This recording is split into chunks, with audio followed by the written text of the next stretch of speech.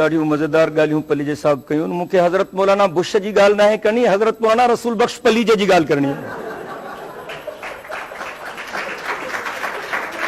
काश जेकॾहिं हज़रत मौलाना रसूल बख्श पलीजो इस्लाम जो मुबल्लिग़ थी करे काइनात में अचे हा त शायदि माखों के हिसा वधीक कमु करे हा।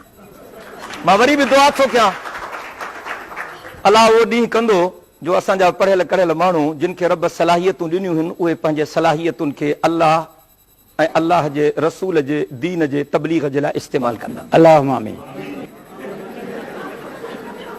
ॻाल्हि इहा आहे त साईं चओ त भला तव्हां ज़िमी थियणु पसंदि कंदव या आमीन मुंहिंजे फ़ाइदे में आहे यार। माना अधु पलीजो साहिबु अची वियो आहे, बाक़ी अधु कमाओ थी वेंदो। अलाह कंदो। पलीज साहब जोर ॾिनो आहे ग़ुलामी वारे तसव्वुर ते ऐं ज़िमी वारे तसव्वुर ते। बहरहाल इन ॻाल्हि खे पलीज साहब तस्लीम कयो त हुज़ूर पाक सल्लल्लाहु अलैहि वसल्लम जन बुराइनि खे घणी हद ताईं कंट्रोल करण जी घटाइण जी कोशिश कई। इहा ॻाल्हि पलीज साहब तस्लीम कई। किथे लिखियल आहे क़ुरान में त तव्हां माण्हुनि खे ग़ुलाम बणायो? काथे बि कोन्हे। इन जे करे असां चऊं था त इज्तिहाद जो दरवाज़ो क़यामत ताईं खुलियल आहे। इन ॻाल्हि में मां 100% इत्तिफ़ाक़ कयां थो।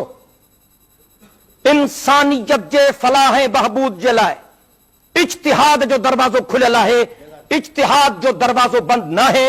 ऐं इन सां बि इत्तिफ़ाक़ कयां थो त उहे ॼट अणपढ़ियल मुला न कंदा, आलिम कंदा। इन जे करे मां चवां थो हीअ ॻाल्हि कम जी हले पई, मूंखे मुकमल करणु छॾियो।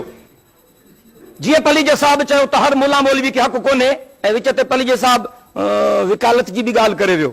बिल्कुलु जीअं वकील साहब खे ख़बर हूंदी आहे। वॾो वकील असां वटि कहिड़ो आहे जेको वॾे ॾोहारी खे आज़ादु कराए?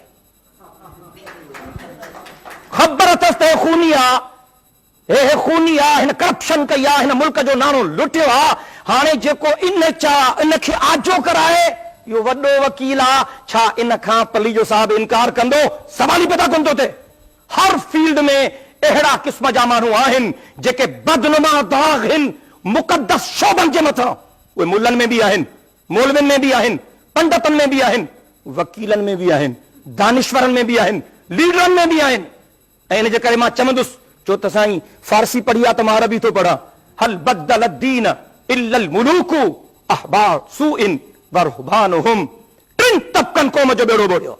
ज़ालिम बादशाहनि, उनजे चमचनि ऐं मज़हब जी ग़लति ताबीर करण वारनि मुल्लनि, मौलवियुनि, पीरनि ऐं फ़क़ीरनि।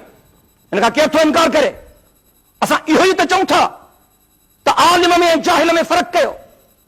बाक़ी हे त चयो वियो त ला इकराह फिद्दीन, दीन में मजबूरी कान्हे। गन पॉइंट ते तव्हां कंहिंजे अक़ीदे खे तब्दील कंदव न, इन जी क़तन इजाज़त कान्हे।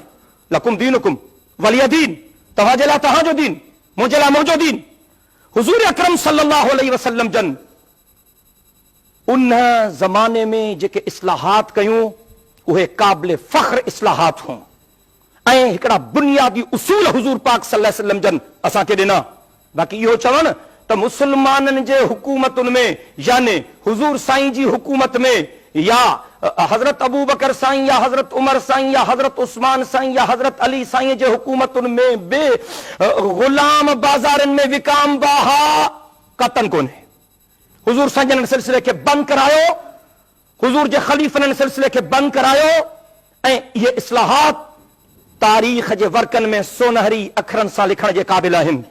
मां सभिनी ॻाल्हियुनि सां इत्तिफ़ाक़ कयां थो, पर पंहिंजी उन ॻाल्हि खे वर्जायां थो त अल्लाह ऐं अल्लाह जे रसूल जे उन पैगाम खे क़बूल करण खां सवा कोई चारो कोन्हे। का बि रियासत हुजे, जीअं पलीज साहब चयो त लफ़्ज़नि जी जादूगिरी न कयो, मां बि अव्हां खे साॻी ॻाल्हि कयां थो त लफ़्ज़नि जे जादूगिरीअ सां हाणे कमु न हलंदो। फ़लसफ़ा बलसफ़ा इहे पंहिंजी जॻह ते हक़ीक़तुनि खे तस्लीम कयो। जिते मुसलमाननि जी अक्सरियत हूंदी उते यकीनी तौर ते हुकूमत उहे कंदा। जिते हिंदुनि जी अक्सरियत हूंदी, अक़ुल जी तक़ाज़ा ई आहे, उहे ई कंदा। जिते यहूदियुनि जी अक्सरियत हूंदी उहे ई हुकूमत कंदा। जिते ईसाइनि जी अक्सरियत हूंदी उहे ई हुकूमत कंदा। इहे हक़ीक़तूं आहिनि। ज़मीनी हक़ीक़तुनि खे तस्लीम करणु घुर्जे। ज़िम्मी जूं बुरायूं त यादि अचनि थियूं, पर असांजे मुहतरमनि खे ग्वांटानामो बे में जेको ज़ुल्म थिए थो, अबू हुरैब में जेको ज़ुल्म थिए थो, इहे ज़ुल्म जूं दास्तानूं यादि छो थियूं अचनि? उहो ग़ुलामी जो तसव्वुर हिननि जे मुक़ाबले में कुझु बि कोन्हे। हिननि जेका इंसानियत जी तस्वीर कई आहे, हाणे जेको कुझु फ़लस्तीन में थिए पियो, केरु पियो करे? छो पियो करे, छाजे लाइ पियो करे?